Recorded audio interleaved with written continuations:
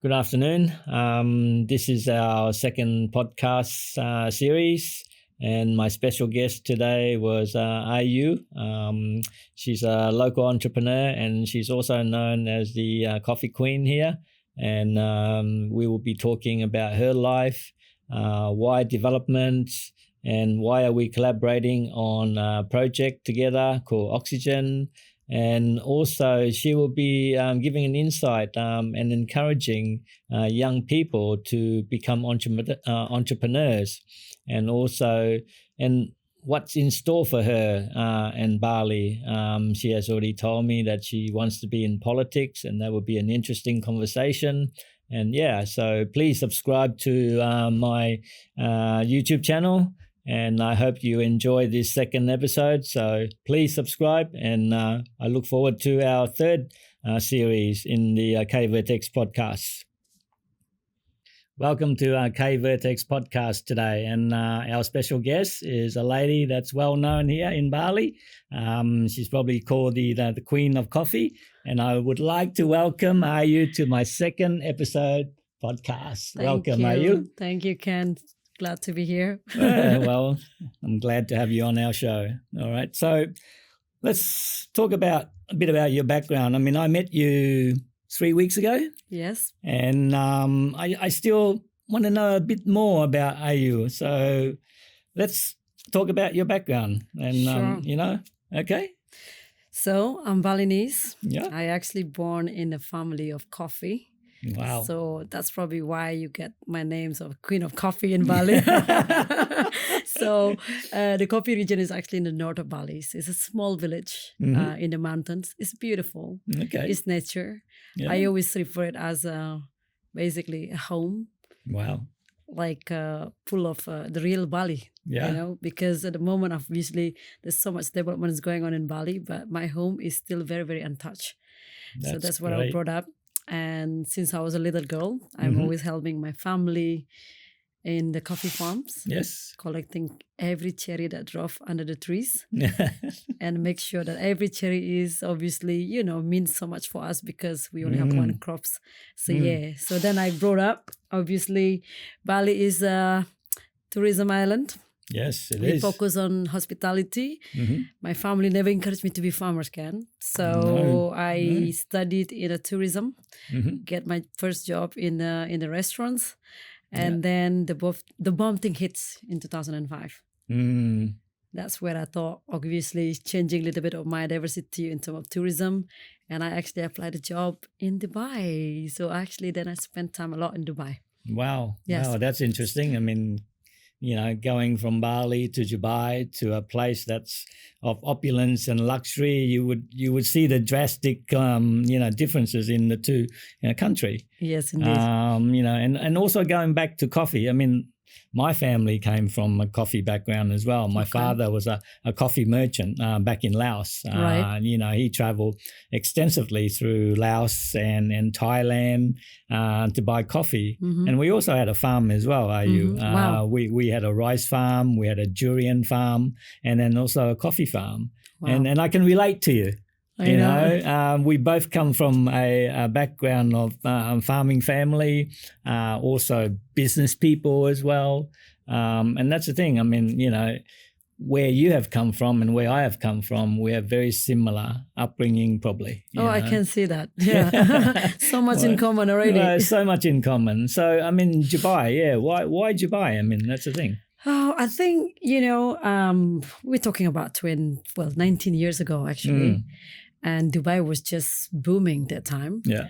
And a lot of people was talking about Dubai's. And then I was like, okay, I wonder what it's like to live in a city lifestyle. Where, because obviously my background, I came from a small little mountain, Yes. from a small village. Yes. And I just thought, okay, why not to try a city life and economically Dubai was really at the top at the time. And so everything just start kind of grow in Dubai. Yeah. And I said, why not? And tourism was one of the biggest thing they sell. Obviously, this is the similarity of Bali and Dubai.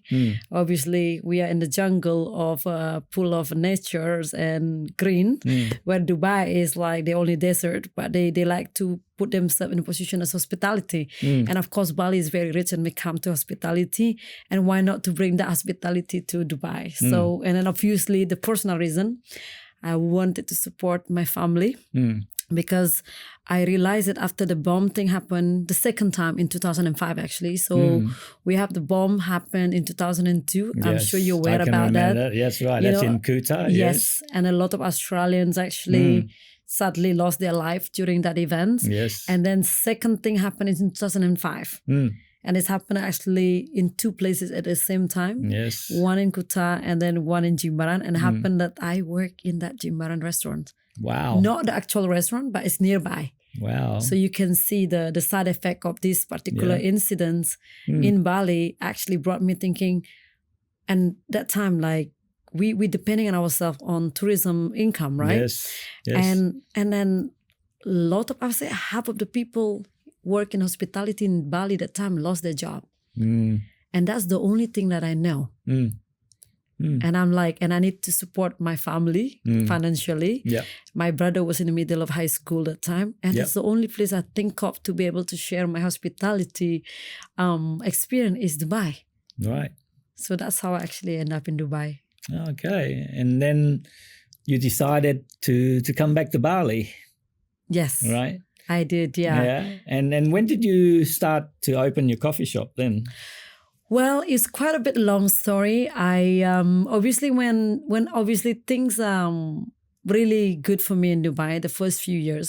So I'm just talking back into 15 years ago.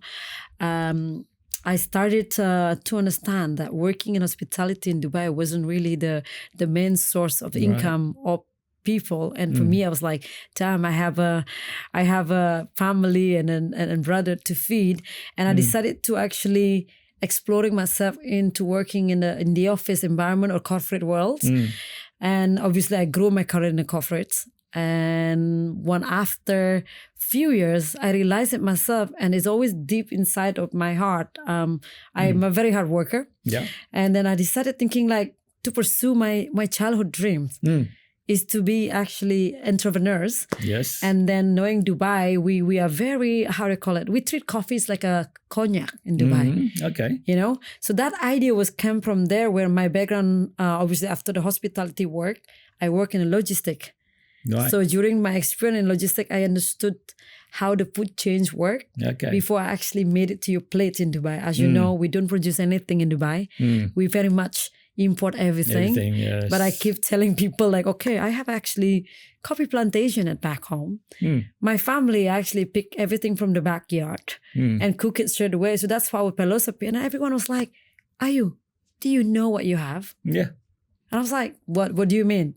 It's like, you have such a hidden gem that you don't know this opportunity. It could be massive.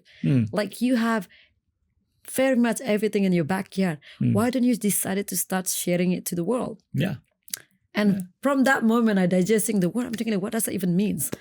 And I do research about the coffee market in Dubai. So we're talking about 10 years ago, I decided to bring my first coffee ever from my own plantation to Dubai. Wow, I mean, that's how it started. So that's how it started. And then I have such a beautiful feedback. And at the same time, during my first import to Dubai, my older brother started a coffee shop as well in Bali. So we're exploring in terms of like local markets in Bali itself, and obviously the demand of export. And we divided the task and the job to run our family coffee business. Yeah. And oh my goodness, after first 3 or 6 months, we're doing so well. And I just thought, okay, we need to go bigger here. Yeah. So then after a few years of successfully build those businesses, we decided to come back. And obviously for me, left my corporate world and jumping into entrepreneurship. After 11 years in Dubai, working in a corporate, so I decided to quit my job. Wow, that's interesting. Yeah. So, I mean, let's look at like the opportunity for women here in Bali. I've spoken to a lot of young people here, and I mean, there are some talented young people here, but they don't have the opportunity, are you? And that's where I see. I asked them a lot of questions. I said, I mean, you know, what would you like to do in your life?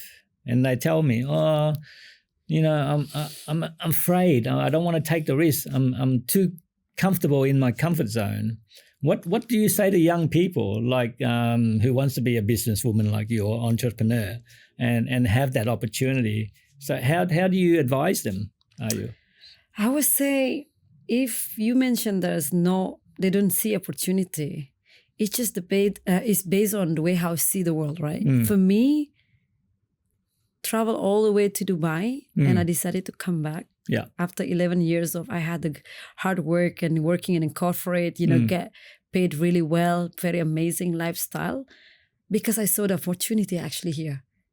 It's endless opportunity. Yeah, that's right. But to see the opportunity and to be able to grab it, the opportunity is two different things, right? Because you can be anywhere in the world, but if you don't see you don't grab this opportunity, it will not be possible.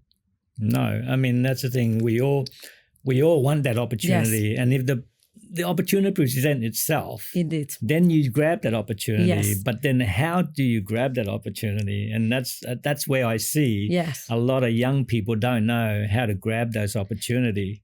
I think it's because of also the experience they have to gain first to start, that's right? That's true. That's very true. Because without this, for me, it's like to be where I am today without having that 11 years of experience of battles of hard work, where I was born as a daughter of farmer. Yeah. So hard work is for us normal thing to do on daily basis. And then to being able to be in Dubai on my own as a woman, that was a tough 11 years of I had my life.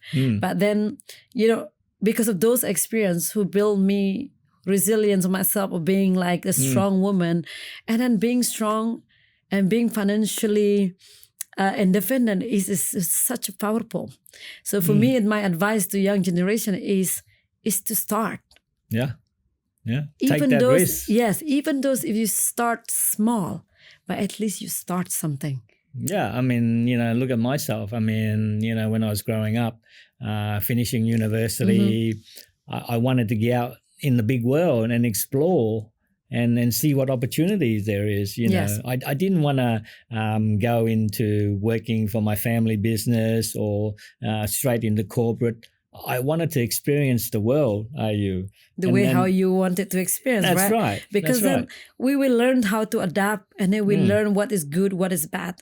And the same thing I had also the experience also in my life. That's the thing. It taught me a lot. I mean, traveling to Southeast Asia, experiencing other people's culture and meeting people and networking and connecting with the right people, and the experience that you gain from it, it's so invaluable. Yes. And I'm sure you would have done the same when you were in Dubai. I mean, the people that you associated with, the networking, all those things will give you a valuable experience. Oh, definitely. Yeah. What always people say is your network is your net worth. Oh, true. I truly believe that. It is. Me too. I mean, that's 100%. Yeah. It's true. I mean, the wealth and value that you gain from your network, it's like your net worth. Indeed. It's true. I mean, look at myself. I mean, what I've built in the last 20, 30 years of my career or even my business. I mean, the network, it's so invaluable, and the people that you connect with gives you that opportunity. Yes. So the more people you know, the more high is your net worth. Oh, of course. And then for me is like Jesus, I've been for 18 years now, obviously, technically between Dubai and Bali. To keep this boat connection is so important. I know I'm deep side of my heart is Balinese, but then also I'm very innovative in the same way. So what I learned is to bring the combination both in between what is it not work here could be work in Dubai. What can things work in Dubai can bring it here. So I see Dubai as a very similar thing to Bali. We both cities depending on tourisms.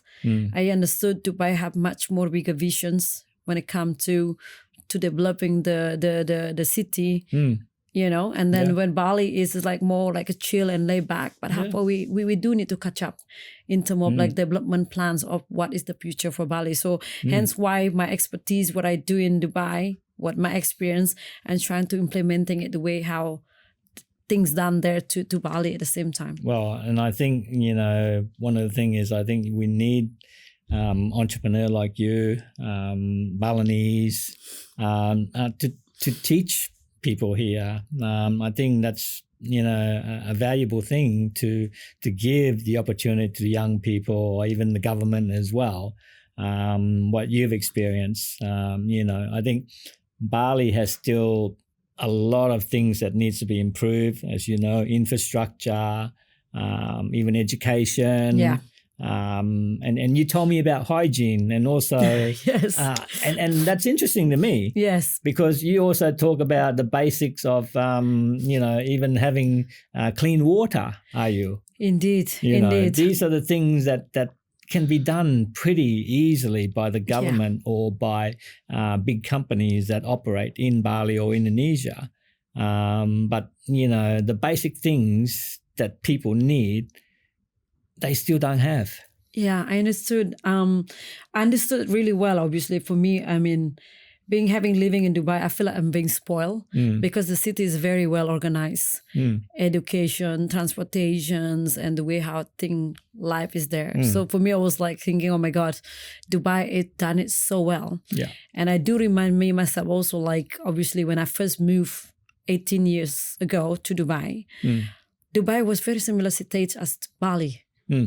But in a better position, obviously, because Dubai growing, if I'm not mistaken, the last 30 years, if I'm not mistaken. Yeah.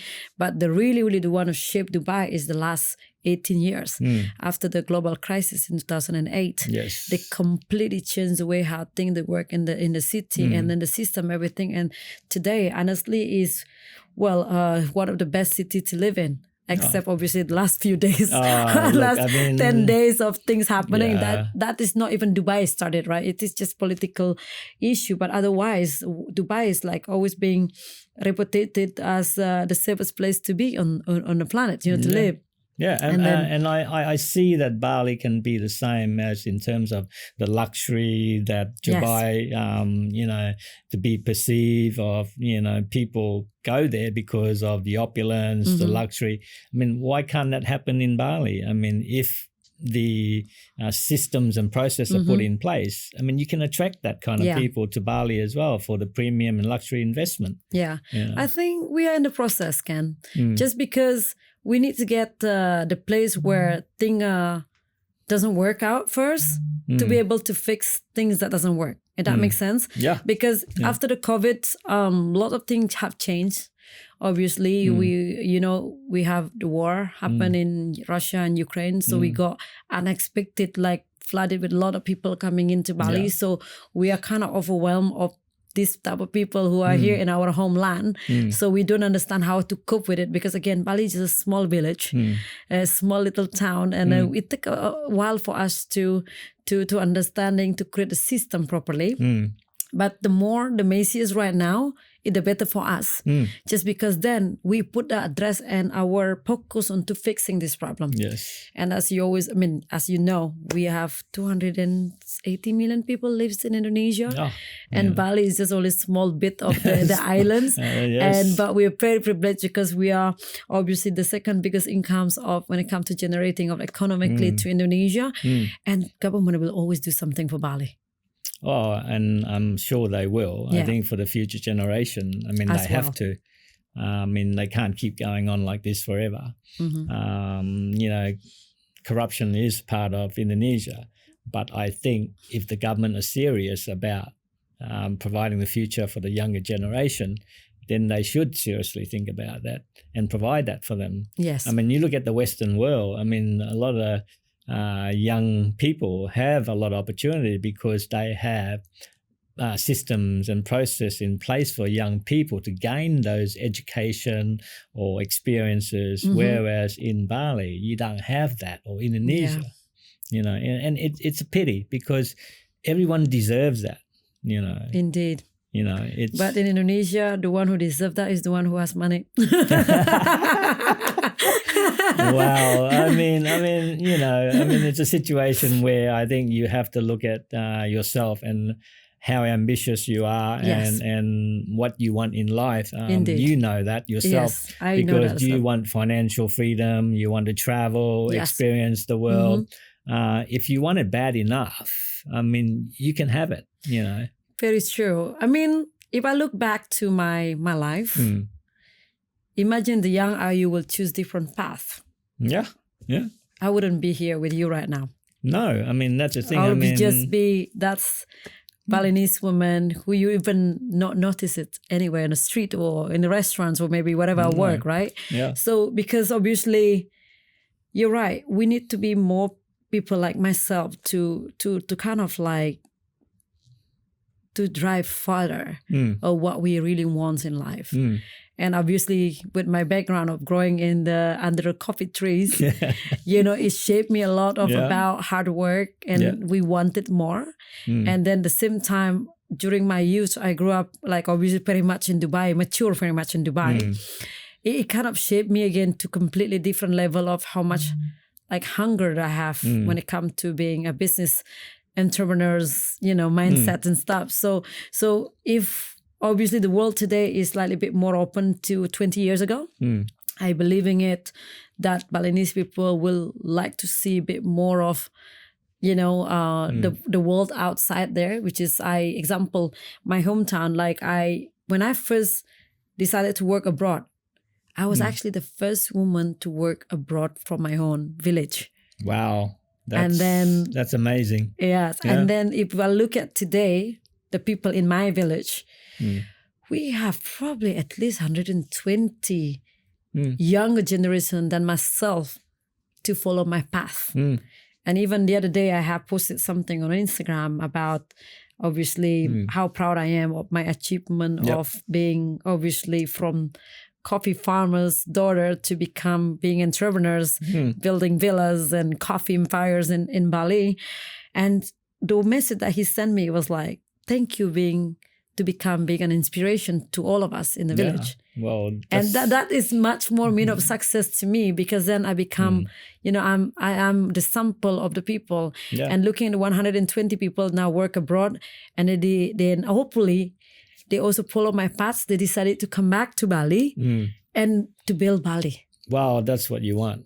That's what I kind of... You created this image for younger people to look up to you, and to follow in your footpath. Indeed. And if they've gone abroad and experienced what you experienced in Dubai, then and bring that knowledge back here. And then they will see the opportunity in their own homeland. That's great. That's what you want. That's what kind of thing. So I'm hoping the more people to work to get more experience elsewhere, the more people will be open-minded, because for me, traveling is just literally changes our mindsets in every different corner. And I always encourage my children, I have 3 sons, and I always tell them, travel the world, see the world, experience other people's culture, and also show a bit of empathy. Yes. You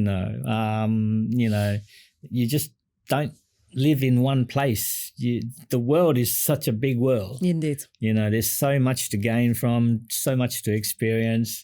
Go for it. That's all I can say to young people here in Bali as well. It might be a bit difficult, but if you really want it, no, it's possible. It's possible. If I can do it, anyone can do it. When you're talking to someone, obviously I connect with all my Balinese friends and family and everyone like, how did you do it? You are so lucky. And I'm like, I'm not lucky. No. Just because I want to, and I will do it until I get it.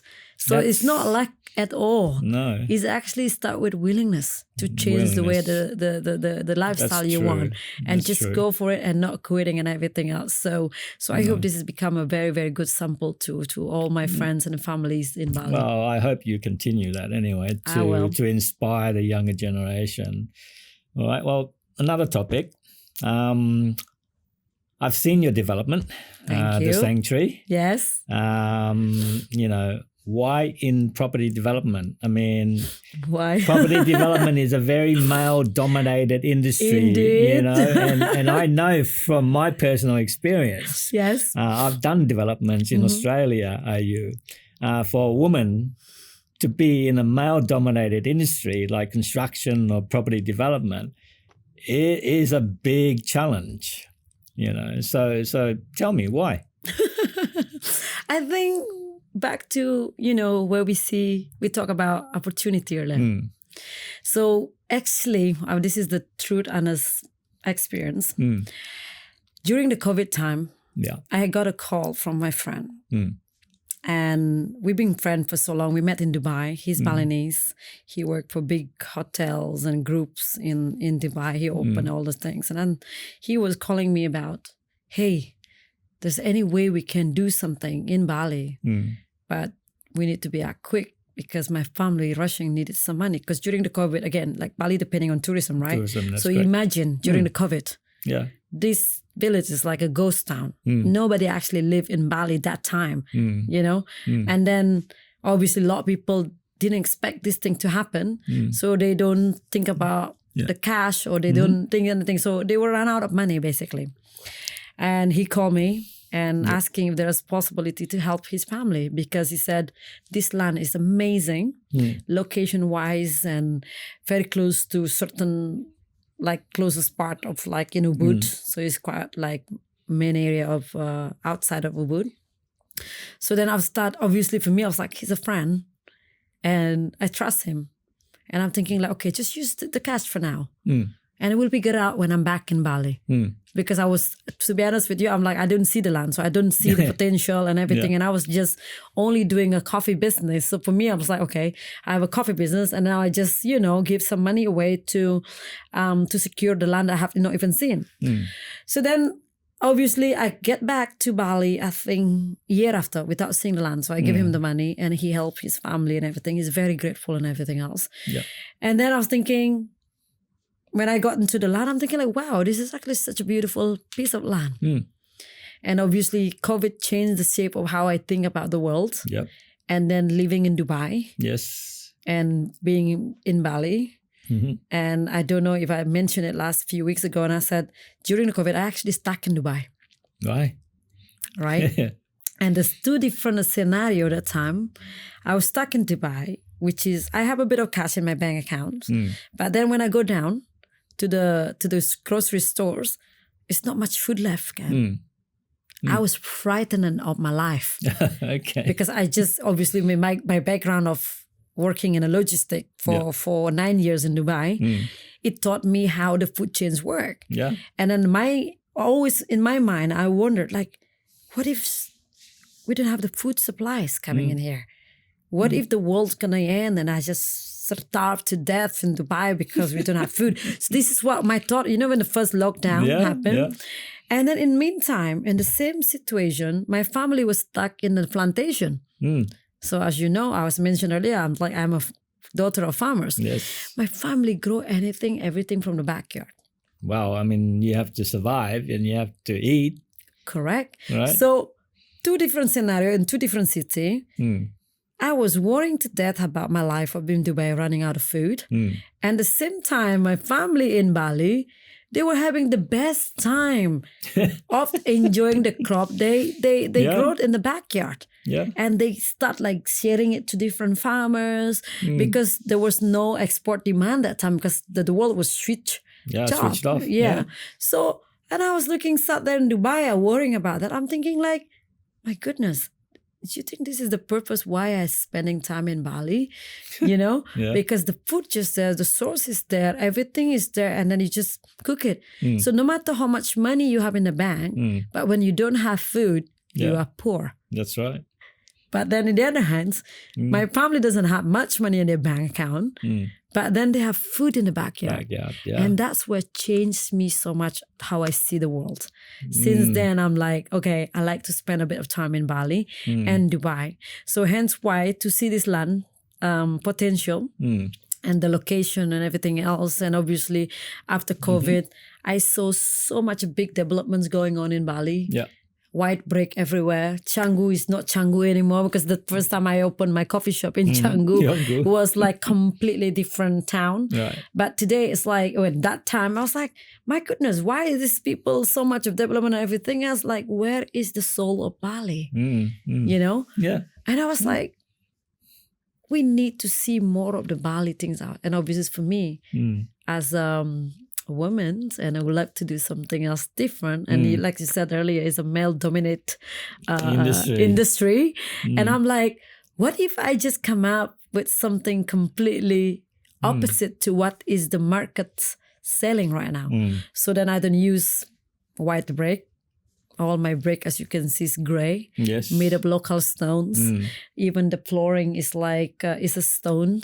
And my swimming pool is made of volcanic stones. Yeah. So everything that is a local materials that I have in my backyard. It's just, again, to contribution of my gratefulness of I have a rich soil and rich sources. And why do I have to use something that is not made or created in Bali? Well, I mean, that's the thing. I mean, when I use materials for my project, I always want to source locally. Yes. What's available for me instead of importing it. It doesn't make sense. I mean, Bali has everything I use. Yes. You know, it's got the timber, it's got the stone, it's got the marble. You know, these are readily available. Yes. I mean, I've traveled around Bali and you can see all that. And some of it comes from Java, you know, a lot of wood as well and stone as well. It is something, you know, like the houses, obviously, when, you know, in Dubai, I've seen so much luxury homes in Dubai because I also have quite a lot of family, high net worth individual relocating to Dubai because of the prime time of people relocating to Dubai. And to see the luxury there and to see the white concrete in Bali. And then honestly, I cried as Balinese. Yeah. Hence why I obviously, without forcing it, I just jumping into male-dominated business and to be different as a woman and I take my hat off to you because it's you have no background in property development and you took on this challenge. Yes. I mean, it's a big step. I would say, I wouldn't say I did not have a background. I actually built, before I started to build this villa, I started already building 2 coffee shops and my own personal house. Okay. In the plantation. So I built 4 properties actually before I start the development. Well, I didn't know that. Yes. But see, there you go. I take that word back. Sorry. But but then obviously to build a bigger complex is obviously, you know, this is my first time. But then to having the right people, obviously for me as Balinese, I well connected with people locally, reliable contractor, reliable architects, and understanding a bit more of the financial side of it, the taxation and the regulation, everything, which is very much of obviously a privilege to be able to understand that. And hence why I think why I go big straight away. Yeah. Did you find any challenges that you think you wouldn't encounter? Oh, a lot. A lot. Yeah. But I think, as you can see, the building is just coming up. So we got 3-unit villas finishing this month. Fantastic. And to be honest with you, I wouldn't say the challenge is kind of big just because I'm a woman. I'm always thinking ahead of a lot of people. I'm a deep thinker. So I'm always, somehow my brain doesn't stop unless I go to sleep. So I think for me, and also as a business owner, I like prevention rather than solving the problem. Wow. So everything is about prevention. So that's right. I mean, you know, you've got to look at the people that work for you as well. Yes. I mean, you must manage your team very well. Otherwise, you know, if you don't manage your team, your quality drops. Yes. Mistakes happen. Indeed. And it costs you money. Yes. And that's the thing I like about your project is that you're in control. Indeed. And you control your team very well. To reduce the mistake, to reduce the extra costs. Because we have no room to make mistake. I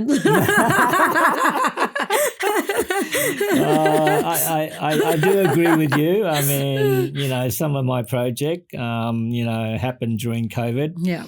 And that was tough, and that was a challenge as well. We had a lot of price increases in material costs, shortages of labor, lockdown. All these things, you know, are unforeseen as well. But you have to manage them. Yes. You know, and it's the same with your project. If you don't manage it properly, then you're not going to achieve the end result. Yes. And it's important. I mean, you know, every bit counts in a project because the margin is not big. No, indeed not. No. But I just feel like, you know, I know the margins is not big. but just to sing it to life right now is one of the proudest moments. Because for me, again, like look from my background and to where I am today, and I'm like, I'm so grateful, because all the hard work is almost paid off, basically. Well, and the dedication and stuff. And that's the thing. I mean, when I did my small project on an island in just off one of the suburbs in Brisbane, I mean, I started during COVID, or just before COVID, and seeing the end result. I mean, I design, I build a landscape, I interior decorate everything myself. And it took me 2 years. Oh yes. And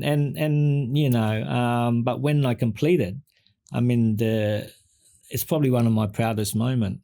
And you probably feel that when you complete your project. Yes. I'm always focused on the result so that I get motivated to achieve that result.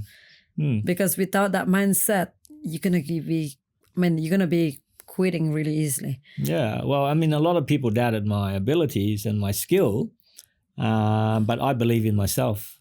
Yes. And nothing could stop me if you believe in yourself, and if you learn along the way, and also seek other people's experience and knowledge, that goes a long way. Yes, indeed. It goes a long way. And then the skill that you have that no one can take it from you. No. So for me, it's like, obviously, I did not come from very, high educated person, because my family can't afford me to go to university, I was gutted about it that time.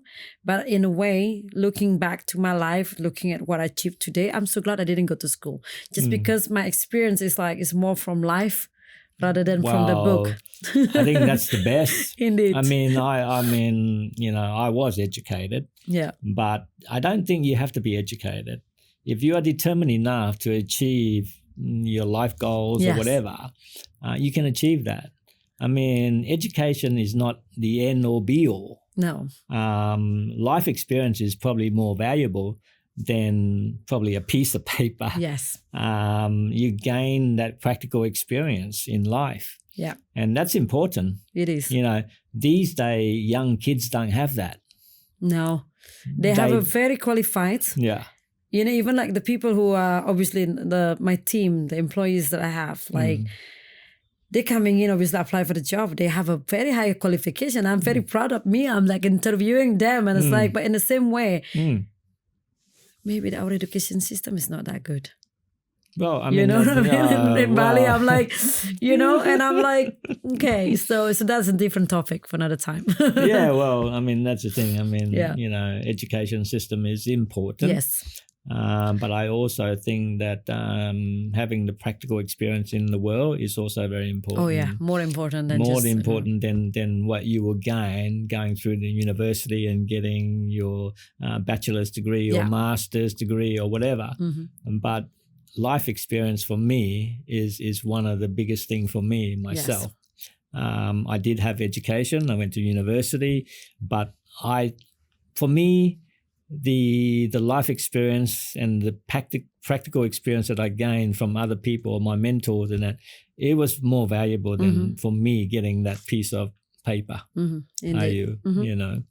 But anyway, let's talk about another thing. Sure. Right? We started talking about this project, right? We want to collaborate. Yes, we do. Right, and it's called Oxygen. Yes. And you shown me the plans and everything, and it's a great project. Thank you. And you convinced me, and I want to be a part of it. And so this will be your second project. Yes. And and collaborating with me, I think it will make this project a very well thought out project as well. And why Oxygen as well? I think obviously, from the success of the first project of the phase 1 of the sanctuary, because we got 8 units there, and then we managed to get rid of it without even launching it. And oxygen is the opportunity for those one who like to just have like, because Sanctuary is we focus on high-end prices, high net worth individuals. Yeah. But the oxygen is more like focus on the people who are try to make it in life. Because for me, obviously living in Dubai or being experienced as an entrepreneur, passive income is everything right now. Yeah, it's same in Australia. Right. Because the entry level in Australia is over $1.2, $1.5 million.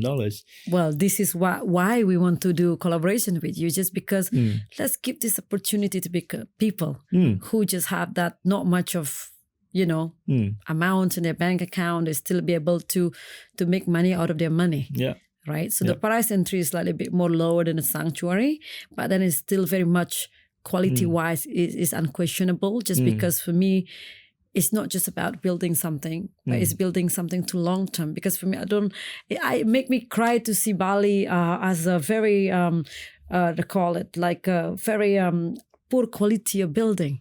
That's very true. I mean, I've seen a lot of You've seen construction. a lot of that construction. It's just like, I just don't get it. How do you expect you're going to make ROI when in year 5 you already start doing renovation?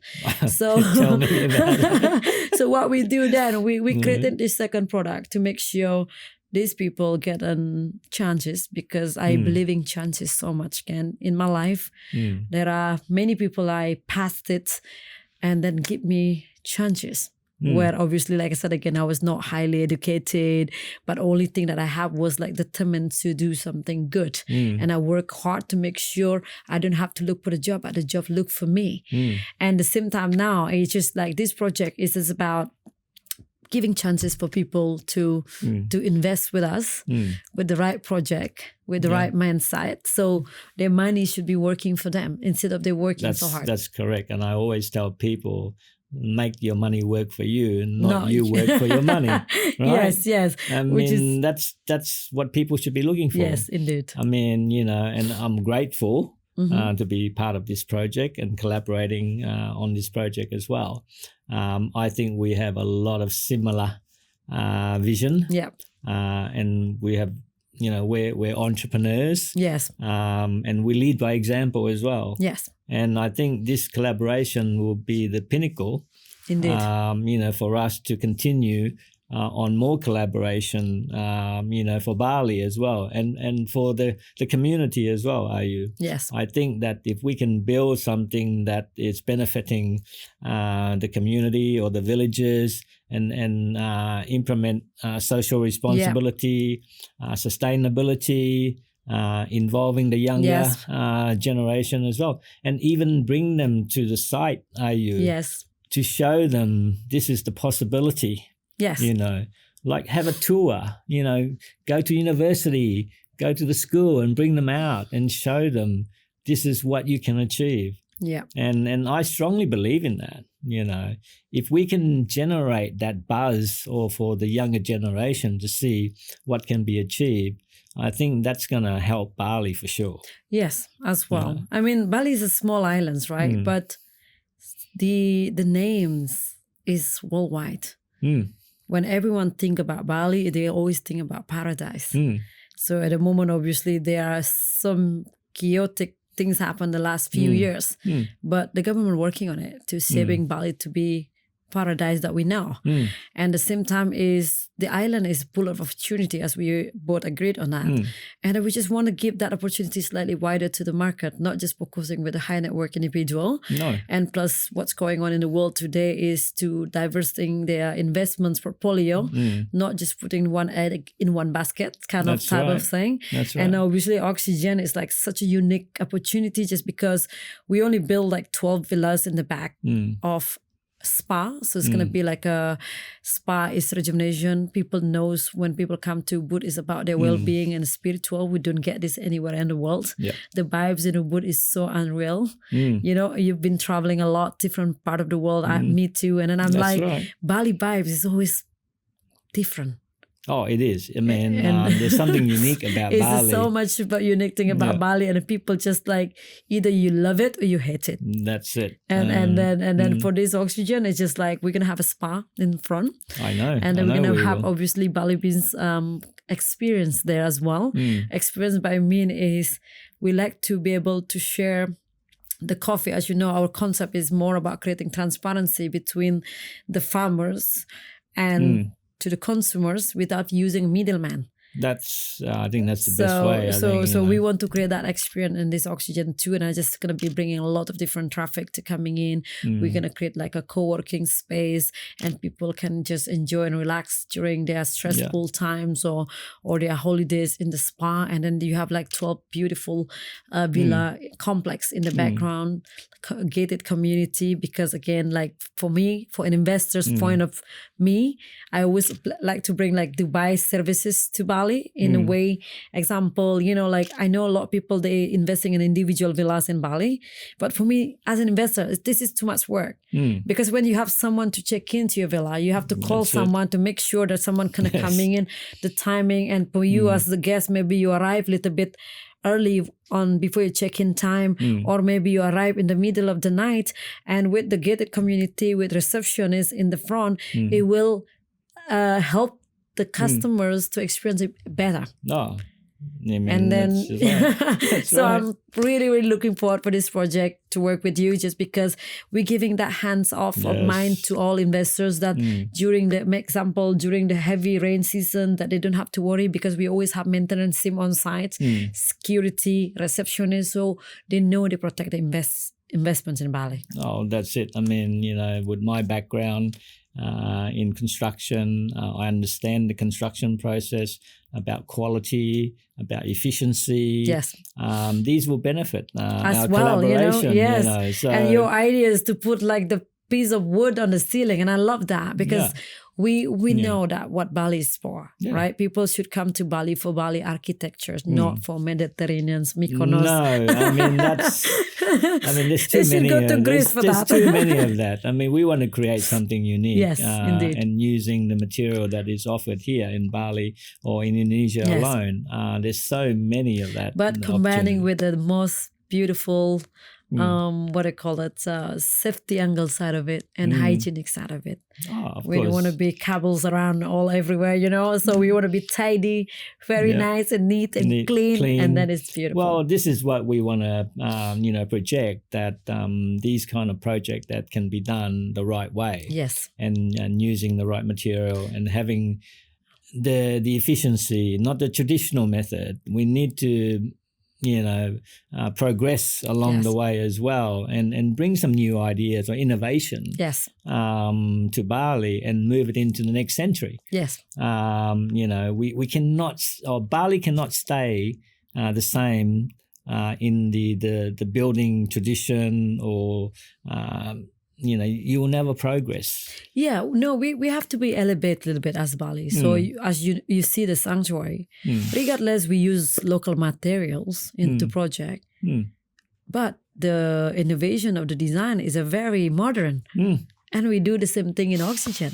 So for me as a Balinese, that is actually resonate myself as a Balinese young woman who are born in Bali, who's Balinese, but I decided to go to Dubai to be more modern, more modest. And the same thing with the design of the sanctuary is reflecting my personality.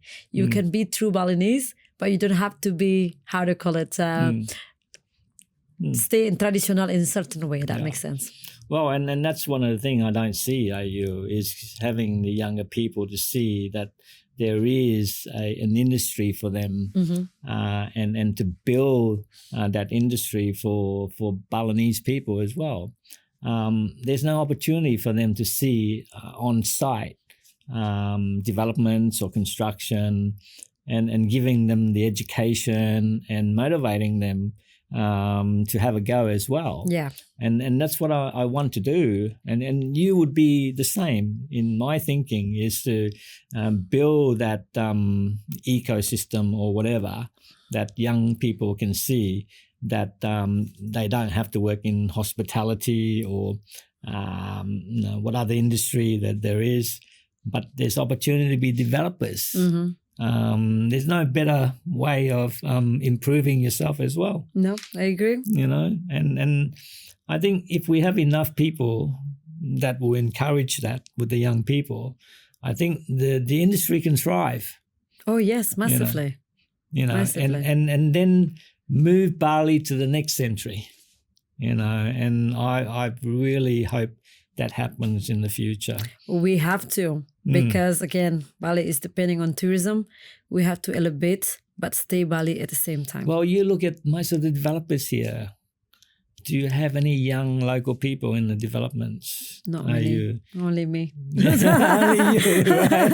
Especially women, but only few. I understand what you mean. You know what I mean. Yes. You got a lot of international developers, that are coming to Bali to develop. Why can't you develop the young people here to develop? I'm working on it. Well, and we will working on it. Yes. But and I hope that will encourage young people to get into property development. I think the Balinese way of thinking, they're so unique in the same way. They don't like to be told what to do, but they like to be shown an example. Well, that's the best thing. So example, like as I mentioned earlier, like now, like if looking at my hometown, probably 120 kids or 20 people already moved abroad to work because of they saw me. I did it, and now I am back. So some of them come back as well, start the business. A few people in already in my mind, I know they have their own business already in Bali. Yep. And then now, if I'm entering into entrepreneurial journey, being a developer, and I'm just sure. Because they have land, they have sources, and just for them to available to utilizing what they have and to see what they have actually. Okay, so what do you see like, and what's the future hold for Bali? I mean, in the next 5, 10, 20 years. What the future? Oh my God, 5 to 10 years. I think Bali will be receiving of in terms of the structure. Of how things work in Bali currently. So we are exploring things that what work, what doesn't work. If you notice it, the government sometimes sending some like, randoms news and then pull it out after, a few weeks because of the response and everything else. So we are again like in the stage of changing for better. Well, I can see that. I mean, having been here for the last 1 year and couple of months, yes, I can see a little bit of progress. Yes, and things are changing. Yes, and I hope it can change a little bit quicker as well. Indeed, I think it will be. I do believe it will, but we can always, take a step forward, but not take a step backward. Yes. And I think if the government sees that, then it's encouraging, Yes, because like, again, like we're depending on tourism. We cannot live without you guys. The tourists, you know what I mean? We cannot live. And then the one thing, the realization, they need to realize that because, what else we're going to put our people? Example, with what's going on in the world again with the war, not many tourists come to Bali. We already start panicking. So we want to make sure, obviously, the government will take the best step as possible and to make sure that the future of Bali will stay as it is. So the chaotic that we are facing right now is actually the best time to enter in because then it's already perfect. The market is mature already. Well, that's the thing. So, I mean, and we don't need more investors, right? When the market is mature, it's become like one of those most expensive places to invest. But now is the best time, in my opinion. Well, I believe that. I believe that as well. I mean, I came to Bali for a reason. Yes. And to do boutique projects as well. And, and I see still there's a lot of opportunity for that. And if you can entice the younger generation to be involved in that, then it's a benefit to Bali. Yes. You cannot just put your eggs in one basket. No. As you said, tourism is the main industry for Bali. And where else can you go if you have another lockdown or whatever? I can't go to Dubai now, example. you just want to go shopping now. Exactly.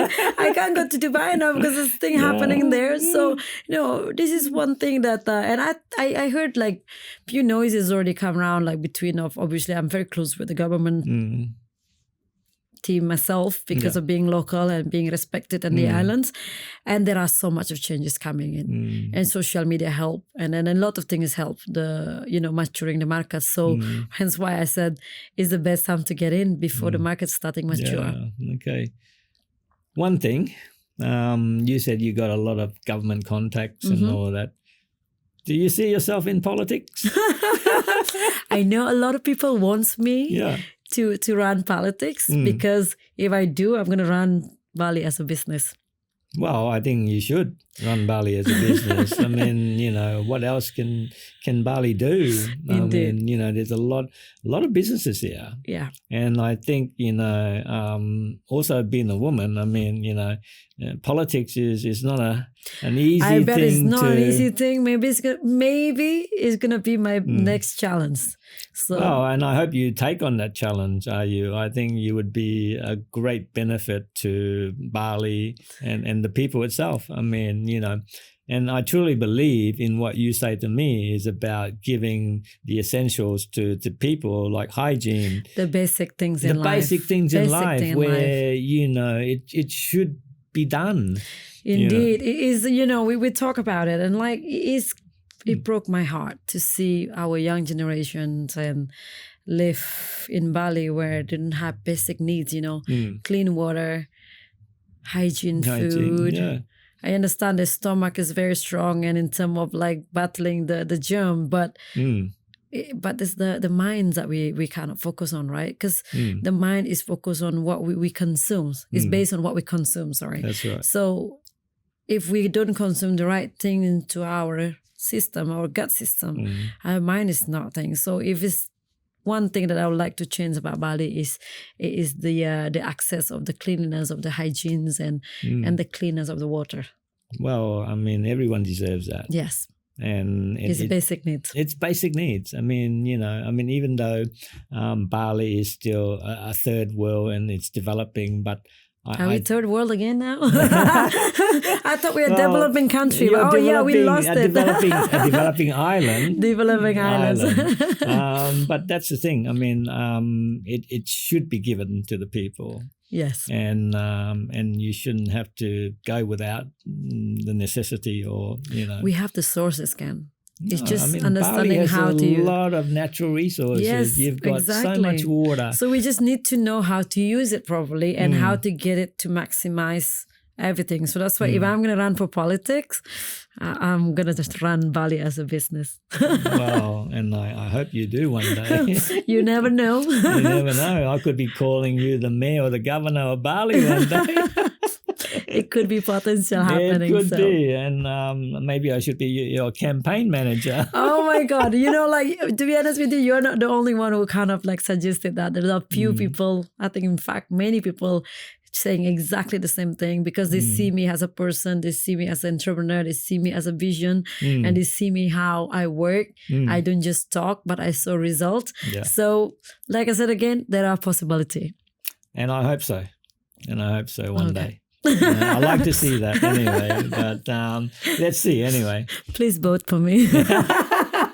I will vote for you. I'll be your number one vote.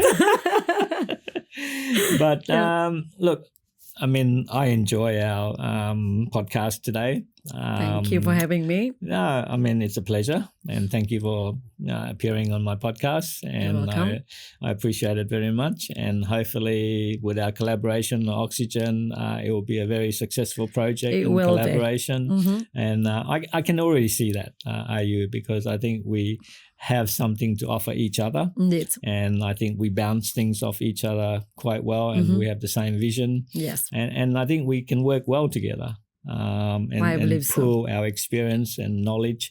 I mean, you got the local knowledge, and I have the construction knowledge as well, and also project management, and I think we can work very well together. And I'd like to thank you very much. And I really enjoyed it. And hopefully we can do another podcast. Yes, sure. So thank you very much. Then. Thank you. Thank you very much, Ayu.